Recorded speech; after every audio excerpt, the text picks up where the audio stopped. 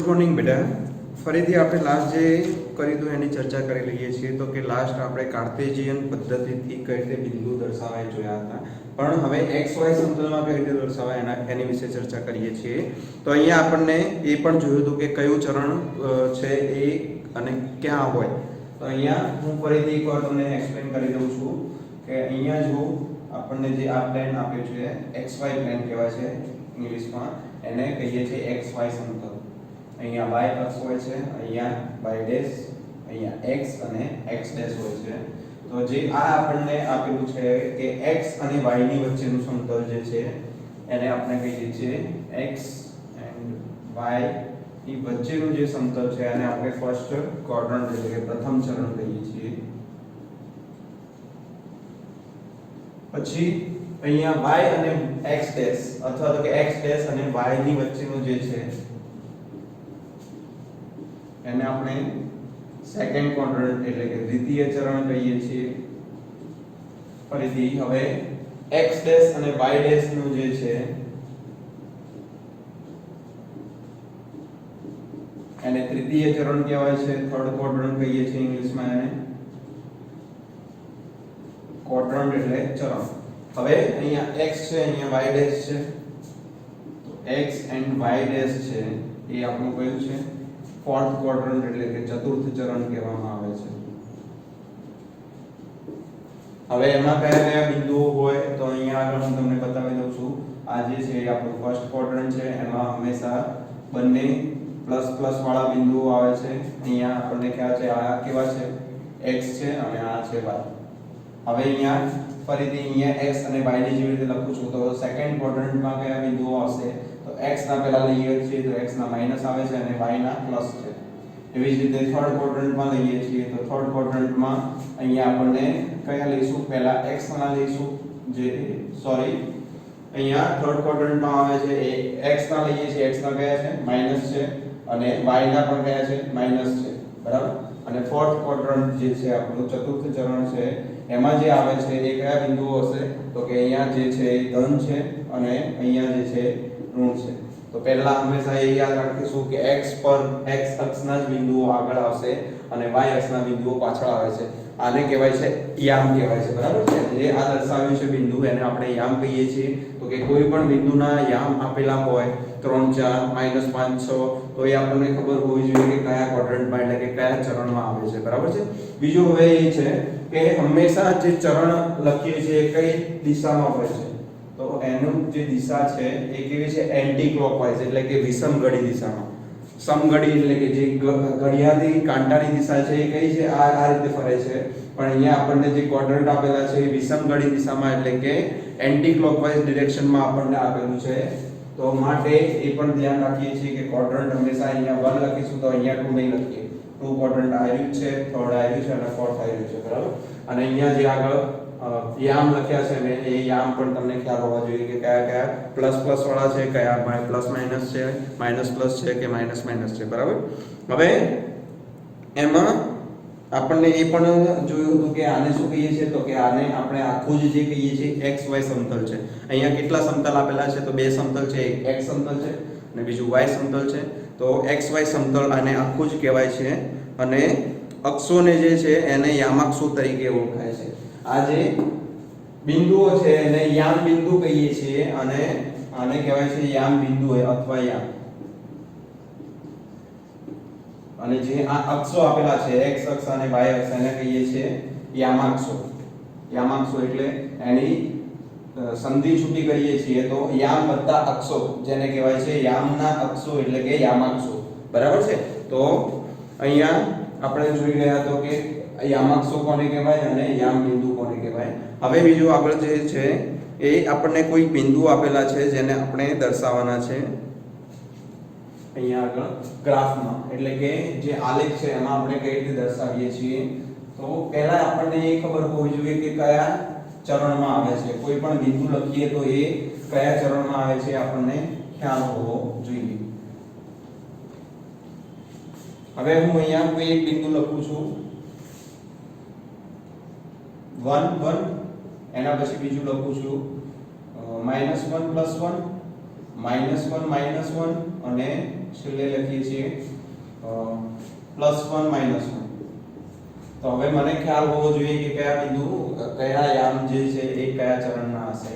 તો આ જે છે એ કયા ચરણમાં આવશે? બંને પ્લસ છે તો આપણને ખબર હોવી જોઈએ ડાયરેક્ટલી કે એ ફર્સ્ટ ચરણ એટલે કે ફર્સ્ટ ક્વોડ્રન્ટમાં આવે છે. અહીંયા આ જે છે એ માઈનસ છે એટલે કે x માઈનસ છે. x માઈનસ ક્યાં હોય? આ બાજુ હોય, અને y પ્લસ ક્યાં હોય? તો આ બાજુ હોય. તો આ જે છે એ આપણું દ્વિતીય ચરણ થશે. અને આ જે છે આપણું કયું છે? તૃતીય ચરણ. માઈનસ પણ છે, x પણ માઈનસ છે, y પણ માઈનસ છે, તો એ તૃતીય ચરણ થાય છે. એવી જ રીતે અહીંયા જે આપેલું છે પ્લસ અને માઈનસ છે એ આપણું કયું છે? ફોર્થ ક્વોડ્રન્ટ એટલે કે ચતુર્થ ચરણ કહેવામાં આવે છે. હવે અહીંયા એને દર્શાવીએ છીએ. તો એને મારે દર્શાવવા છે તો મને ખબર હોવી જોઈએ કે અહીંયા પહેલા મારે શું કરવું પડશે? તો કે મેં શું કહ્યું હતું કે જ્યારે ચારે ચાર બિંદુઓ આપણને દર્શાવવાના કયા હોય તો આપણો જે ગ્રાફ દોરીએ છીએ ગ્રાફ બુકમાં એ ક્યાં હોવો જોઈએ? તો એક્ઝેક્ટ વચ્ચોવચ્ચ હોવો જોઈએ બંને બાજુ. તો અહીંયા આ જે છે એ મારો y અક્ષ છે, આ જે છે y ડેશ થશે. અહીંયા શું છે? આ x અક્ષ છે, અને આ જે થાય છે એ આપણો શું થશે? x ડેશ થશે. ઓકે, તો અહીંયા જે વચ્ચોવચ્ચ જે છે બિંદુ એ કયું છે? આપણું ઉગમ બિંદુ, જેને આપણે 0 વડે દર્શાવીએ છીએ. તો ખાસ આ લખવાનું ભૂલતા નહીં, 0. અને બીજું એક શું લખવાનું ભૂલવાનું નથી? તો કે અહીંયા પ્રમાણમાપ લખવાનું ભૂલવાનું નથી. પ્રમાણમાપ લખો અથવા કે સ્કેલ લખો ઇંગ્લિશમાં તો પણ ચાલે છે, બરાબર? બંને ખોટું નહીં પડે. હવે અહીંયા લખીએ છીએ કે x અક્ષ જે છે ત્યાં આગળ કયા કેટલા પોઈન્ટ લેવાના છે? તો 1 સેન્ટીમીટર બરાબર હું 1 યુનિટ એટલે કે 1 એકમ લઉં છું, અથવા તમે યુનિટ પણ લખી શકો છો. પછી y અક્ષ જે છે એના પર પણ હું 1 સેન્ટીમીટર = 1 યુનિટ એટલે કે 1 એકમ લઉં છું. તો પ્રમાણમાં હંમેશા ક્યાં લખાય છે? તો કે ફર્સ્ટ ક્વોડ્રન્ટમાં ઉપરની બાજુના ખૂણામાં લખીએ છીએ.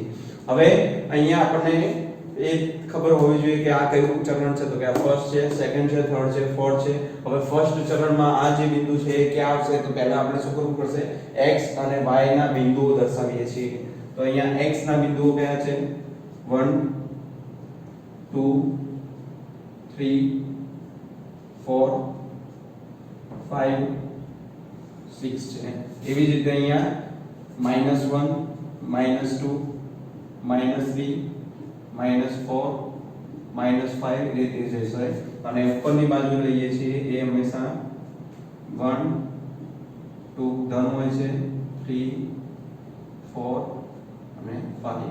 અને નીચેની બાજુ જે લખીએ છીએ એ હંમેશા માઈનસમાં હોય છે, -2 -3 -4 -5 -6. હવે એવું જરૂરી નથી કે આ બાજુ લખી શકું હું. આ જે y અક્ષ છે એની જમણી બાજુ પણ તમે લખી શકો છો આ બિંદુઓ. એવી જ રીતે આને નીચે લખે એવું જરૂર નથી, અને ઉપરની બાજુ પણ લખી શકો છો. જનરલી તમે કોઈ એક જ દિશા પકડી રાખજો. જ્યારે પણ ગ્રાફ દોરો છો એ ફક્ત એક જ દિશામાં હોવા જોઈએ. આ છે તો આ બાજુ જ હોવા જોઈએ, અને આ જે y અક્ષના બિંદુ લખો છો એ આ બાજુ કે આ બાજુ એક જ બાજુ હોવા જોઈએ, બરાબર છે? જનરલી એ બિંદુ આ બાજુ લખાય છે, મેં અત્યારે આ બાજુ લખ્યા છે, બરાબર છે? જનરલી તમે જે બિંદુ લખો છો એ આ બાજુ જ લખજો.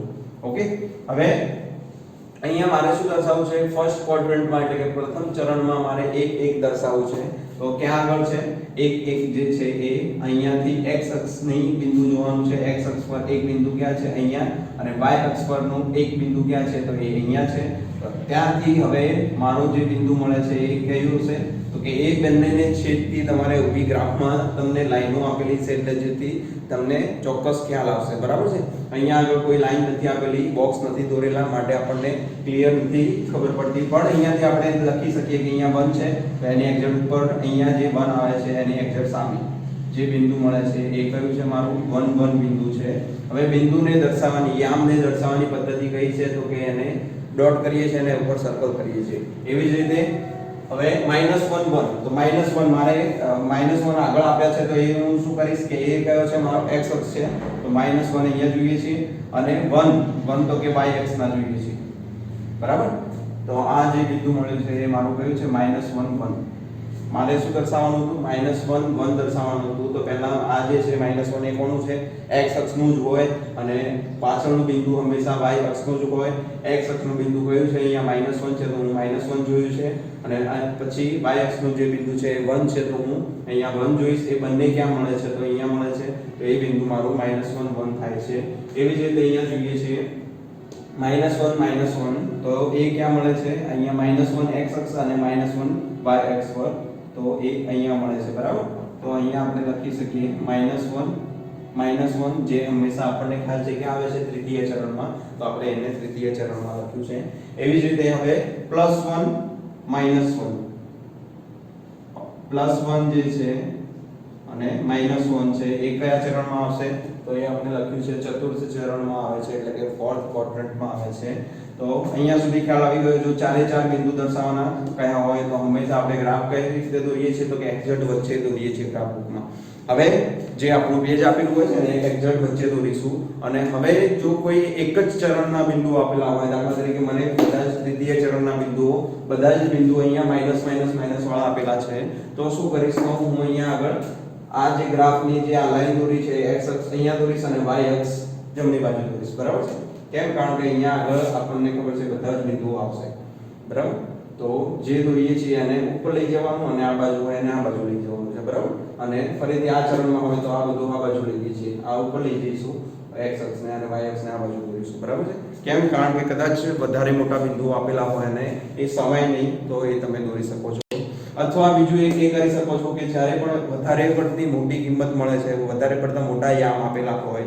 તો આપણે શું કરીએ છીએ આ જે એનું જે પ્રમાણ માપ છે એ બદલી નાખીશું 1 સેન્ટીમીટર બરાબર શું કરી નાખવાનું 2 કરી નાખવાનું 2 એકમ કરી નાખવાનું એટલે કે અહીંયા સીધા આપણે 2 4 6 8 એ રીતે લખીશું બરાબર છે પણ અહીંયા શું આવશે માઈનસ છે તો -2 -4 -6 એ રીતે લખીએ છીએ બરાબર તો અહીંયા તમે પ્રમાણ માપ બદલશો એ પ્રમાણે અહીંયા આગળ જે આ માપ લખેલા છે એ બદલાઈ જાય છે એવું કરવાથી શું થશે તો કે વધારે પડતા મોટા બિંદુઓ આપેલા હોય વધારે પડતા મોટા યામ આપેલા હોય દાખલા તરીકે મારે અહીંયા 1002 અને 1000 દર્શાવવું છે તો કઈ રીતે દર્શાવીશ હવે મને ખબર છે 1002 ક્યાં આવે છે તો 1002 એ x અક્ષ પર છે ધન છે તો એ અહીંયા આવશે અને y અક્ષ પણ ધન છે તો કે 1001 અને 1000 છે એ બંને અહીંયા ધન છે તો આ ચરણમાં આવશે તો હું શું કરીશ આ જે બિંદુઓ છે એને શું કરીશ 100 વડે દર્શાવીશ એટલે કે 1 સેન્ટીમીટર બરાબર 100 એકમ લઈ લઈશ બરાબર છે તો અહીંયા હું શું કરીશ 100 એકમ લઈશ તો અહીંયા જે મળે છે અહીંયા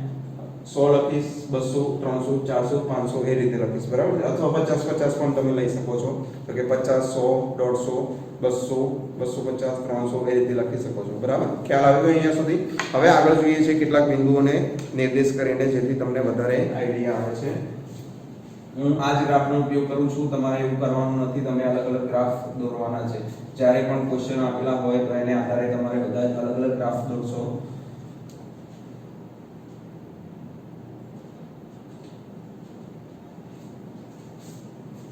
હવે અહીંયા ફક્ત હું બિંદુઓ બદલી નાખું છું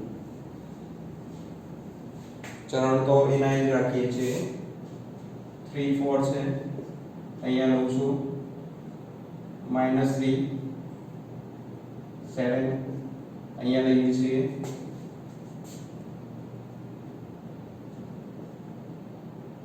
-4 અહીંયા લઉં છું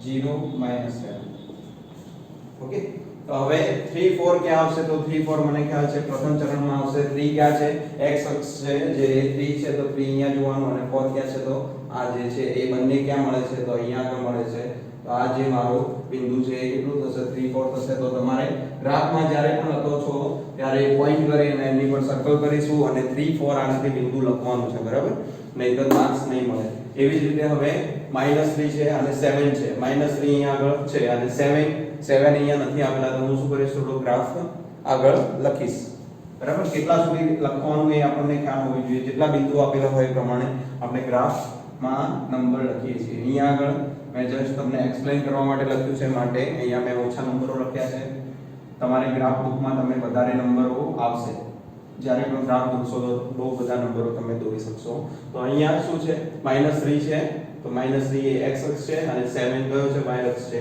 તો અહીંયા મારું બિંદુ આવે છે -3 7.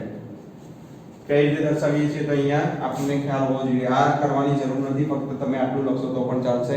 તમારી ગ્રાફ બુકમાં લીટી આપેલી હોય છે માટે તમને ખ્યાલ આવશે, પણ અહીંયા નથી આપેલી. તો હું શું કરું છું, અહીંયા ડોટ ડોટ કરીને બતાવી દઉં છું તમને કે આ બે જે મળે છે ત્યાં આગળ હું દર્શાવીશ. અહીંયા આગળ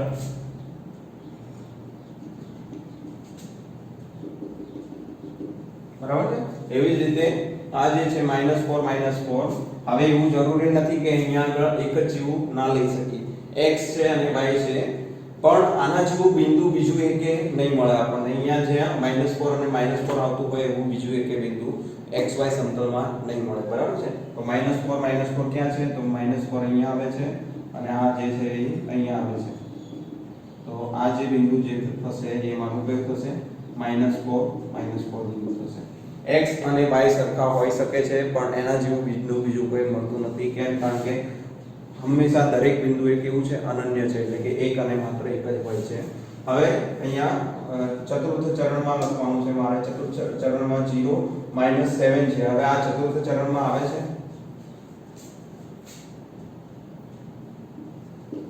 અહીંયા 0 આવ્યું છે. x અક્ષ બરાબર શું છે? 0 છે.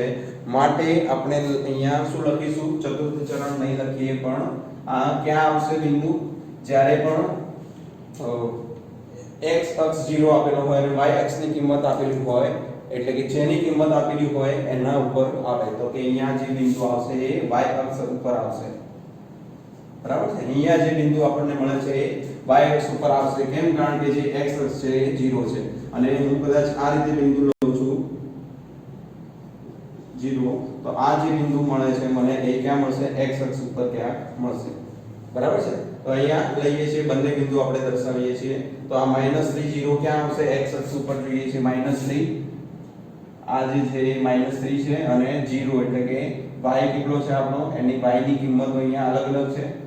-1 છે, -2 છે. તો આપણે શું જોવાનું હતું? y 0 છે, તો y 0 ક્યાં આગળ થાય છે? અહીંયા થાય છે. તો એની સામે એક્ઝેક્ટ x કેટલો છે? -3 છે. એવી જ રીતે અહીંયા 0 -7 લઈએ છીએ તો 0 x 0 ક્યાં થાય છે? અહીંયા થાય છે. અને -7 ક્યાં થાય છે? y તો અહીંયા આગળ થાય છે. તો આ જે બિંદુ આવશે એ આપણું y અક્ષ ઉપર મળે છે. બરાબર. તો એવું જરૂરી નથી કે દરેક બિંદુ એ 4 ચરણમાં હોય, પણ અહીંયા અક્ષ ઉપર પણ હોઈ શકે છે. તો અહીંયા લખીએ છીએ કે y અક્ષ પર આ બિંદુ મળશે. બરાબર છે. તો અહીંયા જે છે x એ આપણું 0 છે અને y એ આપણું -7 છે. તો ખ્યાલ આવી ગયો કયું બિંદુ ક્યાં આવે. હવે હું +5 લઉં છું, 0 + 5 લઉં છું, 0 + 5 બિંદુ લઉં છું, તો એ ક્યાં આવશે? એ અહીંયા આવશે. હવે હું -3 0 આપણે જોઈ લીધું કે આ અક્ષ પર x ની બાજુમાં કયું આવશે? તો એ આયુ આવશે. અને અહીંયા આગળ કોઈ એક લઈ લઈએ છે તો કે 4 0 એટલે કે x4 છે, તો x4 અહીંયા આગળ છે અને y0 ક્યાં છે? અહીંયા છે. તો એની એક્ઝેક્ટ સામેનું બિંદુ કયું થશે? આ થશે. બરાબર. તો અહીંયા સુધી ખ્યાલ આવી ગયો તમને. હવે આગળ કેટલાક સમજીએ છીએ. હવે એમાં જે આ બે બિંદુઓ આપણે x અને y કહીએ છીએ, જ્યારે પણ આ બિંદુ આપેલા હોય છે અહીંયા આગળ x અને y જે આપણે કહીએ છીએ, એને આ જે x યામ છે એને આપણે કહીએ છીએ કોટી કહેવાય છે, અને જે y યામ છે એ આપણો શું છે? ભુજ છે. બરાબર. x યામને આપણે શું કહીએ છીએ? કોટી વડે દર્શાવીએ છીએ, અથવા તો એનું નામ છે કોટી, અને y જે યામ છે એને ભુજ કહીએ છીએ. તો આને એ રીતે લખી શકીએ કે x યામ એ શું છે આપણું? એનું બીજું નામ કોટી કહેવાય છે, અને y યામ છે એનું બીજું નામ છે ભુજ. ઓકે. તો અહીંયા આપણે ફક્ત x અને y થી જ યાદ રાખીશું. જો ફક્ત તમને પ્રશ્નમાં પૂછવામાં આવે કે આનો કોટી કોઈ પણ બિંદુ આપેલું હોય, કોઈ પણ યામ આપેલા હોય અને એનું કહેવાનું હોય કે પ્રશ્ન હોય કે કોટી લખો, તો કોટી તમારે કયું આવશે? જે આગળનું બિંદુ છે એ કોટી થશે, અને પાછળનું બિંદુ જો ભુજ પૂછવામાં આવ્યું હોય તો પાછળનું બિંદુ લખીશું. બરાબર છે. તો આ જે આપેલ યામના કોટી લખો અથવા આપેલ યામના ભુજ યામ બિંદુના ભુજ લખો તો તમને આવડવું જોઈએ કે કયું કોટી કહેવાય છે અને કયું ભુજ કહેવાય છે. આગળનું બિંદુ જે x બિંદુ છે એ આપણું કોટી છે અને y બિંદુ છે એ આપણું ભુજ છે. બરાબર છે. અહીંયા સુધી ખ્યાલ આવી ગયો. હવે આગળ જોઈએ છીએ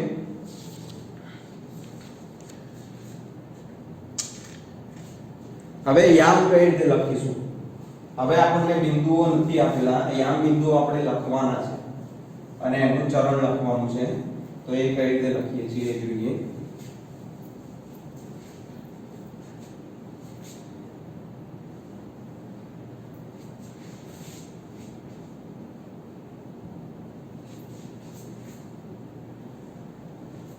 તો કોઈ પણ આપણને બે યામ સમતલ આપેલું છે x y સમતલ અને એમાં આપણને શું કહ્યું છે? એના જે બિંદુ આપેલું છે એના યામ લખો. તો કઈ રીતે લખીએ છીએ? અહીંયા ફક્ત મને આ રીતે કરેલું છે,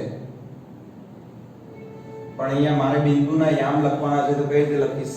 તો અહીંયા બીજું એક 3-4 ઉદાહરણ લઈ લઈએ છીએ જેથી તમને ખ્યાલ આવે.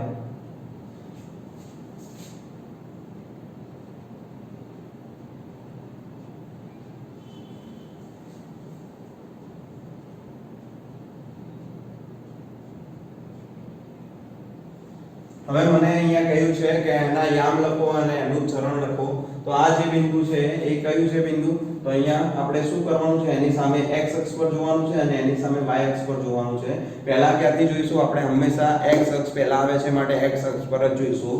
તો x અક્ષ પર કેટલું છે? 2 છે, તો 2 લખીએ છીએ. અને y અક્ષ પર કેટલું છે? તો કે એ પણ 2 ની સામે છે, તો 2 લખીએ છીએ. જેની સામે હોય એ અહીંયા લખીશું. એવી જ રીતે અહીંયા આગળ કેટલા છે? તો અહીંયા હું જોઈ શકું છું કે -3 ની ઉપર છે. તો x અક્ષ કેટલો થશે? મારો -3 થશે. અને y અક્ષ કેટલો છે? તો કે 5 ની સામે છે, તો અહીંયા 5 લખું છું. તો એ જે છે આપણને પૂછવામાં આવ્યું કે એનું ચરણ પણ લખો. તો આ જે છે ચરણ ક્યાં આવશે? પ્રથમ ચરણમાં આવે છે, આ દ્વિતીય ચરણમાં આવે છે. હવે અહીંયા લઈએ છીએ આ જે -4 ની એક્ઝેક્ટ નીચે છે અને અહીંયા -7 ની એક્ઝેક્ટ સામે છે, તો -7 લઉં છું. તો બંને માઈનસ વાળા છે માટે ક્યાં આવશે? દ્વિતીય ચરણમાં આવશે. એવી જ રીતે આ જે બિંદુ છે એ એક્ઝેક્ટ ક્યાં છે? પહેલા આપણે 6 જોઈશું. અહીંયા કેમ? કારણ કે x અક્ષ જોવાનો છે માટે.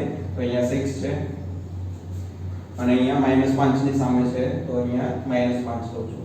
ઓકે, અહીંયા આગળથી તમે લખી શકો કે કયું બિંદુ, આ બિંદુના યામ કયા કયા છે અને કયા ચરણમાં આવે છે.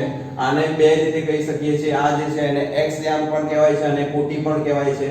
અને જે આપણો y યામ, આ જે પાછળનો જે નંબર છે એને y યામ કહીએ છીએ અને એને ભુજ કહીએ છીએ. બરાબર છે? કોટી અને ભુજ. અહીંયા સુધી ખ્યાલ આવી ગયો. હવે આગળ જોઈએ છીએ સ્વાધ્યાય 3.2 આપણને આપવામાં આવ્યું છે. તો કે સ્વાધ્યાય 3.2 પર કયા કયા બિંદુઓ આવશે? અથવા તો એક બીજું એ પણ બાકી છે કે તમને પૂછવામાં આવ્યું કે ઉગમ બિંદુના યામ લખો. ઉગમ બિંદુના જે યામ છે એ કેટલા થશે? તો હંમેશા ઉગમ બિંદુના યામ કયા થાય છે? 0 0. બરાબર છે? અહીંયા આપણે 0 દર્શાવીએ છીએ, પણ યામ પૂછવામાં આવે તો અહીંયા ફક્ત 0 નહીં લખીએ. કેમ? કારણ કે આપણને યામ પૂછવાયા છે તો બંને યામ લખવા પડે છે. તો અહીંયા જે છે x યામ છે, આ જે છે y યામ છે. અહીંયા તમને આ ઢીંગલાનો ફોટો નથી આપ્યો તો ધ્યાન રાખીશું. બરાબર છે? અહીંયા શું છે? એક 0 છે અને અહીંયા પણ y યામ પણ 0 છે માટે 0 0 બિંદુ દર્શાવીએ છીએ. ઉગમ બિંદુના યામ લખવા હોય તો આપણે શું લખીશું? આ લખીશું. બરાબર છે? અહીંયા સુધી ખ્યાલ આવી ગયો. હવે આગળ જોઈએ છે સ્વાધ્યાય. આ પ્રકરણ એકદમ સરળ છે. ફક્ત તમારે એકવાર ધ્યાન રાખવાનું છે જેથી તમને સરળતાથી આવડી જશે. એકવાર સમજી જશો તો તમારે આગળ કરવાની જરૂર નહીં પડે. બરાબર છે?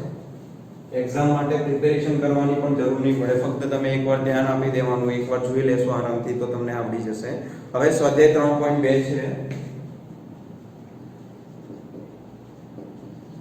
જેમાં પહેલો ક્વેશ્ચન છે આપણને આપવામાં આવ્યો છે કે નીચેના દરેક પ્રશ્નના જવાબ આપો.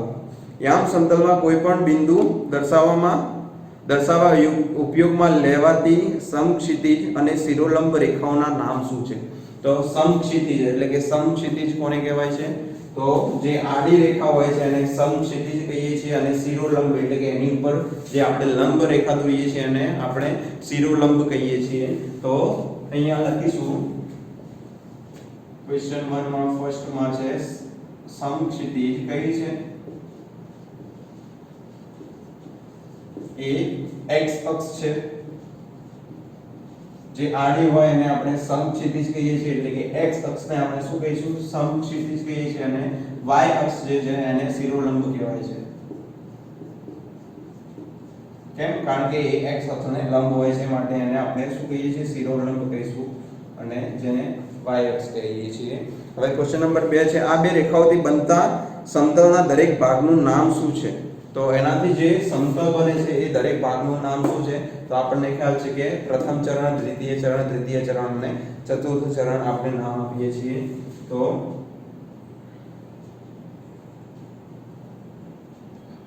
ક્વેશ્ચન નંબર એમાં 2 છે. તો આપણને જે આપેલું છે એને કઈ રીતે લખીએ છીએ? આપણને ખ્યાલ છે કયું છે? અહીંયા x છે અને અહીંયા y છે. તો xy જે છે, x અને y વચ્ચે જે સમતલ આવે છે એ આપણું પ્રથમ ચરણ છે.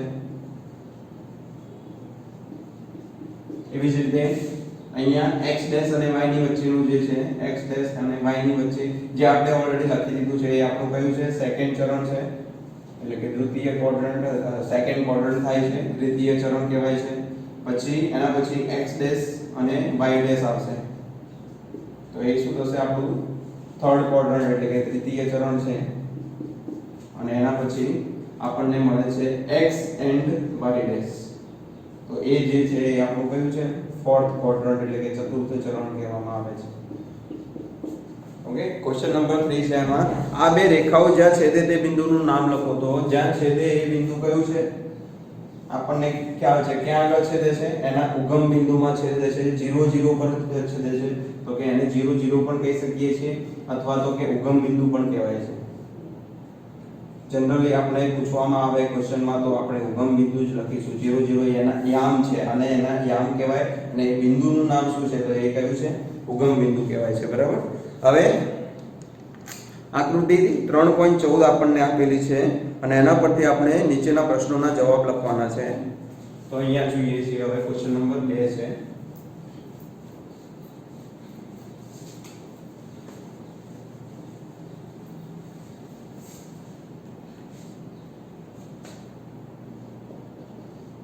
ક્વેશ્ચન નંબર 2 માં આપણને જે આપેલો છે xy પ્લેન આપેલું છે, જેમાં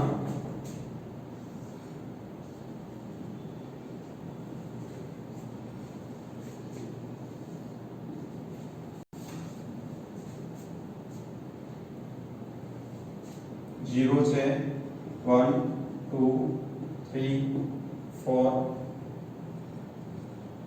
5 6 છે. અહીંયા 1 2 3 4 5 છે. આ છે આપણો y અક્ષ, આ છે આપણો x, આ y ડેશ છે અને આ x ડેશ છે. અહીંયા લખીએ છીએ -1 -2 -3 -4 -5 -6 -7. આ બાજુ -1 -2 -3 -4 -5 અને -6. બરાબર છે.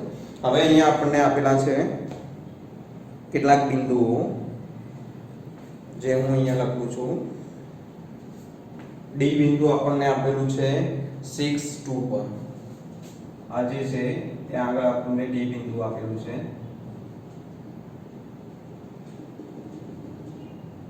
બરાબર છે. આ થોડું અત્યારે દોરવામાં તમને થોડું ત્રાંસુ દેખાશે, પણ તમારું જ્યારે ગ્રાફમાં દોરેલું છે ત્યારે તમને ક્લિયર દેખાય છે. બરાબર.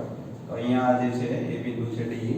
એના પછી એલ બિંદુ ક્યાં છે? તો એ અહીંયા એલ છે. એના પછી બી બિંદુ છે તો એ છે આપણું -5 2 પર. -5 2 પર અહીંયા બી બિંદુ છે. પછી આગળ એચ બિંદુ જે છે એ -5 -3 પર છે. -5 -3 પર અહીંયા આગળ છે એ આપણું એચ બિંદુ છે, જેને આપણે ડોટ કરીને દર્શાવીએ છીએ. હવે એક એમ બિંદુ આપેલું છે જે અહીંયા -3 આપેલું, -3 પર આપેલું છે. પછી નીચે ઈ બિંદુ આપેલું છે એ -3 -5 પર. ઈ છે -3 -5 પર, એટલે કે અહીંયા આગળ છે.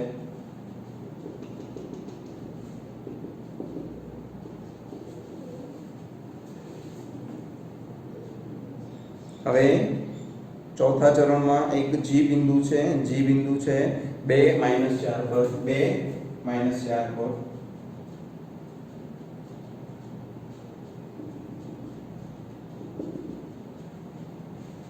આ છે જી આપણું. અને એના પછી સી બિંદુ છે 5 -5 પર. 5 - 5 પર ક્યાં આગળ મળે છે? અહીંયા આગળ મળે છે. તો આ જે છે આપણું સી બિંદુ છે. ઓકે, અને હવે આપણને પ્રશ્નો એના પરથી પ્રશ્નોના જવાબ લખવાના કયા છે. શું છે પ્રશ્નોના જવાબ? બિંદુ બી ના યામ લખો. બિંદુ બી ક્યાં છે? અહીંયા છે. એના યામ કેટલા થશે? આપણને પહેલા શું જોવાનું છે? તો x અક્ષ જોઈશું. x અક્ષના કેટલા છે? યામ -5 છે. તો અહીંયા લખીએ છીએ -5 અને 2. તો પહેલા પ્રશ્નનો જવાબ છે કે b ના યામ કેટલા થશે? -5 2 થાય છે. સેકન્ડ છે. સેકન્ડમાં શું કહ્યું છે? તો બિંદુ C ના યામ લખો. બિંદુ C ક્યાં છે? ફોર્થ ક્વોડ્રન્ટમાં આગળ x પ્લસ હોય અને y માઈનસ હોય. તો અહીંયા 5 જોઈએ છે, અહીંયા -5 જોઈએ છે. તો એના યામ છે 5 - 5. પછી થર્ડ જે આપેલું છે -3 - 5 દ્વારા દર્શાવતું બિંદુ લખો. -3 - 5 દ્વારા તો ક્યાં આગળ છે? -3 અને -5 એ આ બિંદુ છે. તો એ થર્ડ માં આપણો જવાબ આવશે. કયું છે? E. પછી ફોર્થ માં છે 2 - 4 વડે 2 - 4 ક્યાં છે? 2 અને -4 લેવાના છે. તો આ જે છે બિંદુ એ 2 - 4 છે. x પ્લસ છે તો x ના પ્લસમાં 2 અહીંયા છે અને -4 એટલે કે y -4 છે. તો એ અહીંયા છે. તો એ જે છે એ આપણું G બિંદુ છે. ફિફ્થ લઈએ છીએ. ફિફ્થ માં શું કહ્યું છે? બિંદુ D નો યામ લખો. બિંદુ D નો યામ કેટલો થાય છે? બિંદુ D ક્યાં છે? અહીંયા છે. એનો યામ કેટલો થાય છે? x અક્ષ 6 છે અને y 2 છે. તો 6 2 થાય છે. 6 માં જોઈએ છીએ બિંદુ H નો યામ લખો. બિંદુ H ક્યાં આગળ છે? અહીંયા આગળ છે. એમાં x કેટલા છે? -5 અને y -3. તો -5 -3 થશે. 7 માં શું છે? બિંદુ L ના યામ લખો. બિંદુ L ક્યાં આગળ છે? અહીંયા આગળ છે. એ y અક્ષ પર છે. તો એના બિંદુઓ કયા થશે? y અક્ષ જે અક્ષ આપેલો હોય એ અક્ષ આપણે લખીએ છીએ અને બાકીનો અક્ષ 0 કરીએ છીએ. તો y અક્ષ છે તો x અક્ષ 0 લખ્યો અને y અક્ષ કેટલો છે? 5 છે. બરાબર. હવે આગળ જોઈએ છીએ બિંદુ M ના યામ લખો. બિંદુ M ક્યાં આગળ છે? અહીંયા છે. તો અહીંયા x અક્ષ આપેલો છે -3 અને y અક્ષ કેટલો છે આપણો? 0 છે. જે અક્ષ આપેલો હોય એ અક્ષ લખવાનો, બાકીના આપણે 0 લખીએ છીએ. તો -3 અને 0 મળે છે. ઓકે, અહીંયા સુધી ખ્યાલ આવી ગયો. હવે અહીંયા સુધી આપણે રાખીએ છીએ. આગળનું નેક્સ્ટ ક્લાસમાં જોઈશું.